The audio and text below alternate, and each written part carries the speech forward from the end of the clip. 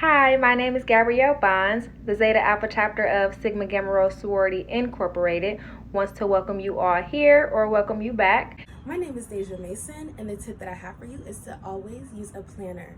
It'll help you stay organized, it'll help you stay focused, and hold you accountable. Hi, my name is Miracle Harris, and my tip for you this semester is to make time for you.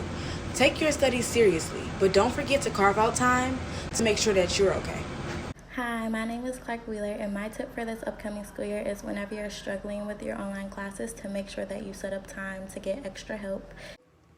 Hi, my name is Nala Goffin, and my tip to you is don't be afraid to talk to your professors. My name is Michelle Washington, and my tip for the semester is to make sure you take time out of the day to take care of yourself, remain focused, and most importantly, please stay safe. Hey y'all, it's Bree. My tip for this upcoming school year is that everybody has a positive mind and attitude with this COVID situation, and we continue to make the best out of our college experience and still stay safe. We wish you a safe and successful academic school year.